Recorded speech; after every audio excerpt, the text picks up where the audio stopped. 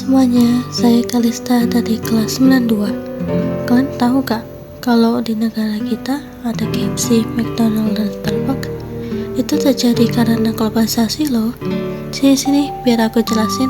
Pertama-tama, apa itu globalisasi? Kata globalisasi diambil dari kata global yang maknanya ialah universal. Globalisasi belum memiliki definisi yang mapan, kecuali sekedar definisi kerja atau working definition, sehingga tergantung dari mana orang melihatnya. Ada yang memandangnya sebagai suatu proses sosial, atau proses sejarah, ataupun proses alamiah yang akan membawa seluruh bangsa dan negara di dunia makin terikat satu sama lain, mewujudkan satu tatanan kehidupan baru atau kesatuan keberadaan dengan menyingkirkan batas-batas geografis, ekonomi, dan budaya masyarakat. Nah, sekarang kalian udah tahu kan pengertian globalisasi? Selanjutnya adalah dampak-dampak globalisasi.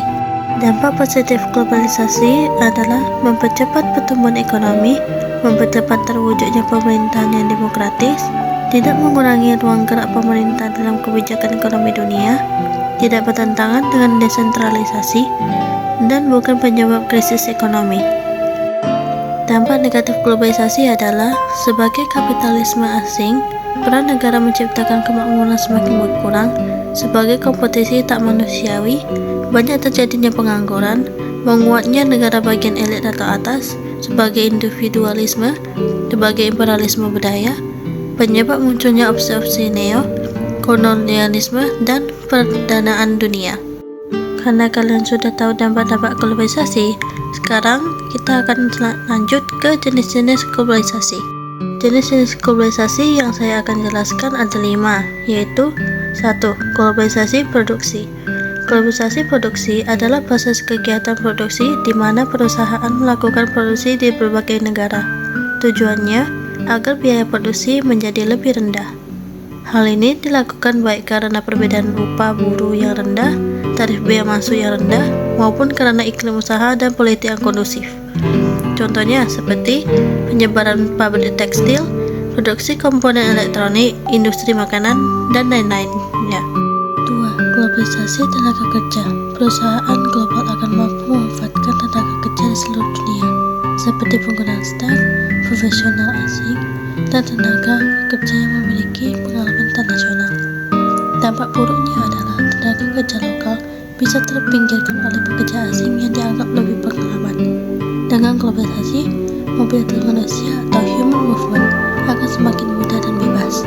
Contohnya, masuknya tenaga kerja asing, meningkatnya persaingan kerja, dan mobilitas tenaga kerja dalam blok ekonomi, dan lain-lain.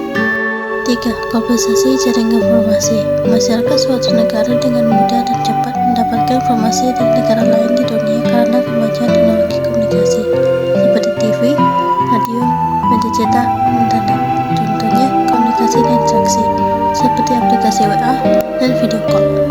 Akses informasi dan hiburan seperti YouTube, Google, dan lain-lain. E-commerce dan layanan digital seperti Grab dan Ojek, dan lain sebagainya. 4. Globalisasi perdagangan. Hal ini terwujud dalam bentuk penurunan dan penghapusan tarif serta berbagai hambatan non-tarif. Dengan demikian, kegiatan perdagangan dan persaingan menjadi semakin cepat, ketat, dan fair. Contohnya seperti KFC, celana jeans Levi's, atau hamburger melanda pasar di mana-mana. Akibatnya, selera masyarakat di dunia, baik di kota maupun desa, menuju pada selera global. 5. Globalisasi transportasi. Proses integrasi dan peningkatan konektivitas antar negara melalui perkembangan teknologi dan inovasi di bidang transportasi. Contohnya, meliputi kemudahan memesan tiket secara online, perkembangan moda transportasi, masa modern seperti MRT atau LDR, munculnya transportasi daring seperti ojek atau taksi online, dan lain-lain.